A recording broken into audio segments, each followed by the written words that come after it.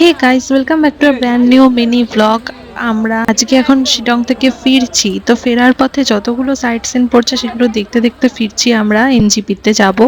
তো এর আগে আমরা যোগীঘাটে গেছিলাম। যোগীঘাটের ওয়াটারফল আর ব্রিজটা জাস্ট অসাধারণ লাগলো। আর এখন আমরা এসেছি মংপুতে রবীন্দ্রনাথ ঠাকুরের বাড়িতে। ওইখানে দেখো দূরে একটা ট্রি হাউস দেখতে পাচ্ছ তোমরা। আর এখন আমরা ঢুকবো ভেতর দিকে। এইখানে নাকি রবীন্দ্রনাথ ঠাকুর দেহ রাখার জাস্ট কিছুদিন আগেও নাকি এসেছিলেন। শেষ জন্মদিন নাকি উনি এখানেই কাটিয়ে গেছেন। এখানে রবীন্দ্রনাথের সম্বন্ধে অনেক কিছু রয়েছে। এখন বাড়ি ফেরার সময় যত এগোচ্ছে তত মনটাও খারাপ হয়ে যাচ্ছে। এতদিন বেশ সুন্দর একটা পরিবেশে ছিলাম। তো যাই হোক, তো আমরা এখন রবীন্দ্রনাথের বাড়ি ঘুরে এখন গাড়িতে উঠে পড়েছি। বাইরেই আমাদের গাড়ি দাঁড়িয়েছে। আর দেখলাম এই কাকুটা ঘটি গরম বিক্রি করছিল, তো একটুখানি ঘটি গরমও কিনলাম। আর পাশে পাহাড়ের এত সুন্দর দৃশ্য দেখতে দেখতে আমরা এখন যাচ্ছি তিস্তা ভিউ পয়েন্টে। তো দেখো, তিস্তা ভিউ পয়েন্টে পৌঁছে গেছি। এটাই আমাদের লাস্ট সাইট সিন দেখার। এরপর সোজা আমরা যাব এনজিপিতে।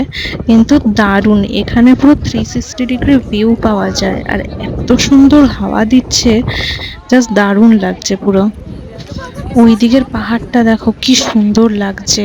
আর প্রচুর গাড়ি এখানে এসে দাঁড়িয়েছে, সবাই এখানে প্রাকৃতিক দৃশ্য উপভোগ করছে।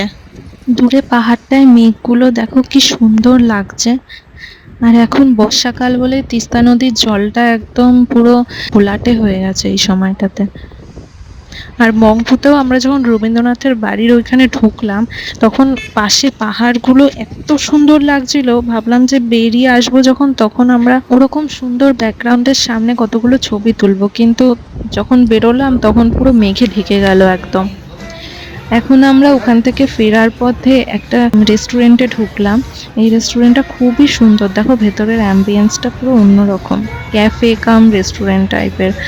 তো এইখানে দেখি চাইনিজ আইটেম, মোমো, চাউমিন এসব কিছু খাবো, তারপরে একদম এনজিপিতে যাব।